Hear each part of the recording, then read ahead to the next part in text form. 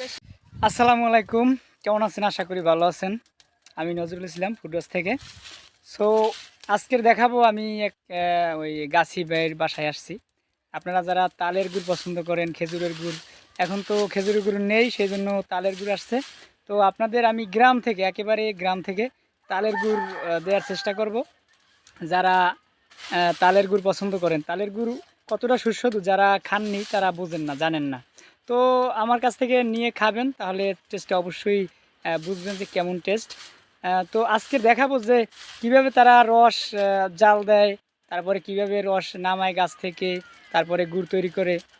ঠিক আছে, আমি আসি। এই যে গাছে উঠতে আছে, দেখেন গাছে ভাই কীরকম লাফাইলে ভাই ওঠে।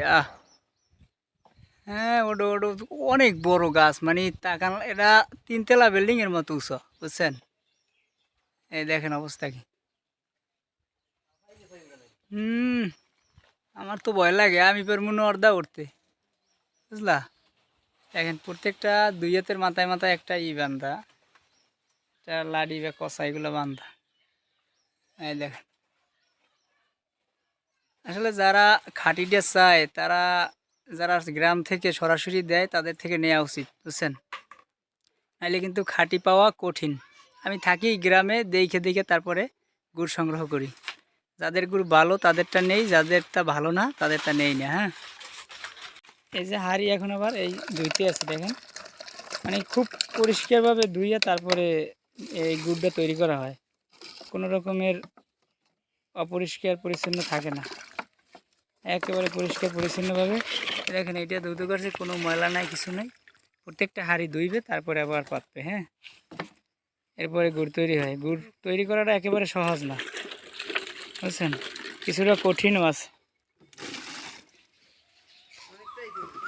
অনেক কঠিন, অনেক।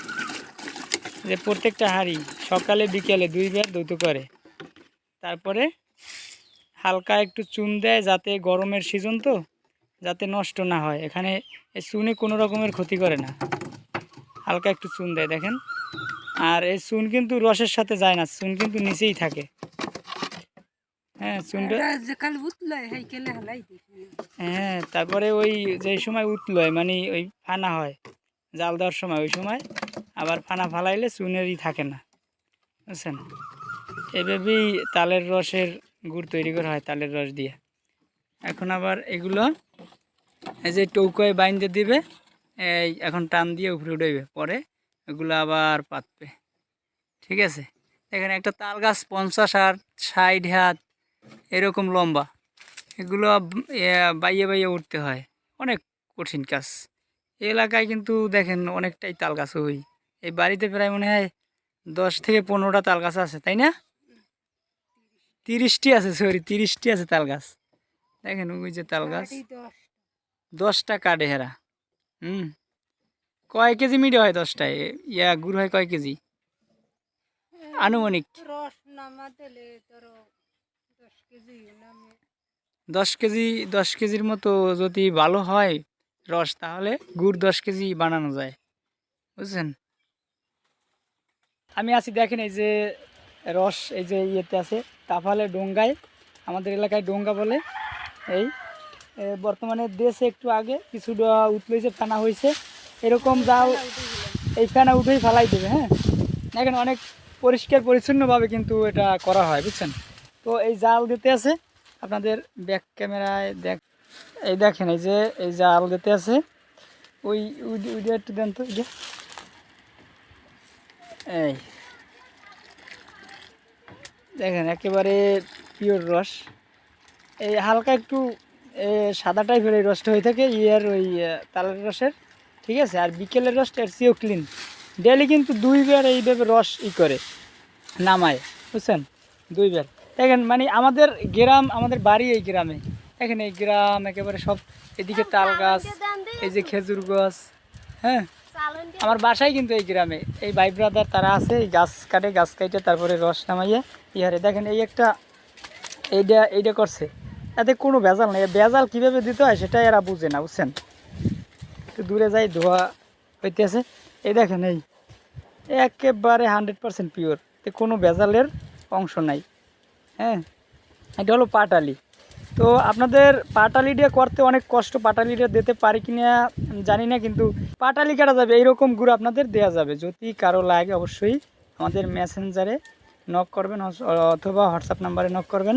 আর অবশ্যই রেটটা আপনাদের স্ক্রিনে দেওয়া হবে, যারা নিতে চান অবশ্যই আমাদের সাথে যোগাযোগ করবেন, ঠিক আছে। আর এই দেখেন ফানাটা কিন্তু তুলে ফেলাইতেছে, ঠিক আছে। আমি কোনো রকমের এই থার্ড পার্টি নেই, একেবারে সরাসরি গাছি থেকে আপনাদের গুড় দেবো। হ্যাঁ, এই যে গুড় নিয়ে আসছে, একটা চামচ নিয়েও দেখাই কীভাবে। দেখেন কালারটা কতটা সুন্দর, হ্যাঁ কালারটা কতটা পাতিলে রাখছে, একেবারে মানে দেখলে মুখে পানি এসে যায়। হ্যাঁ, তোটা ভালো লাগে। আপনাদের এই ইটা একটু দেখাবো, এটা একটু ধরো।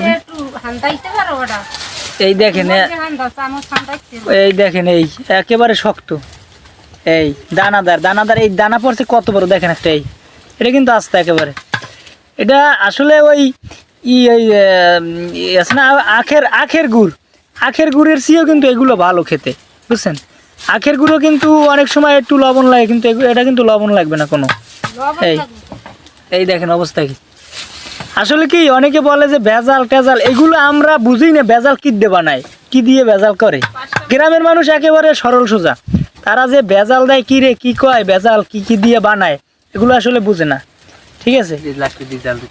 হ্যাঁ, এই দেখেন এইগুলো লাকড়ি দিয়ে, পাতা দিয়ে, গ্রামে একেবারে গ্রাম অঞ্চল পাতা দিয়ে জ্বালে। আমাদের বাসা কিন্তু এইখান থেকে 7-8-10টা বাড়ির পরই আমাদের বাসা, আমিও গ্রামে বাস করি, গ্রামে আমার বাড়ি। হ্যাঁ, আপনাদের ভেজাল দেওয়ার কোনো অবকাশ নেই, মানে নিঃসন্দেহে আপনারা মালটা নিতে পারেন, গুড়টা নিতে পারেন, বুঝছেন। কোনো রকমের ভেজাল পাবেন না ইনশাআল্লাহ।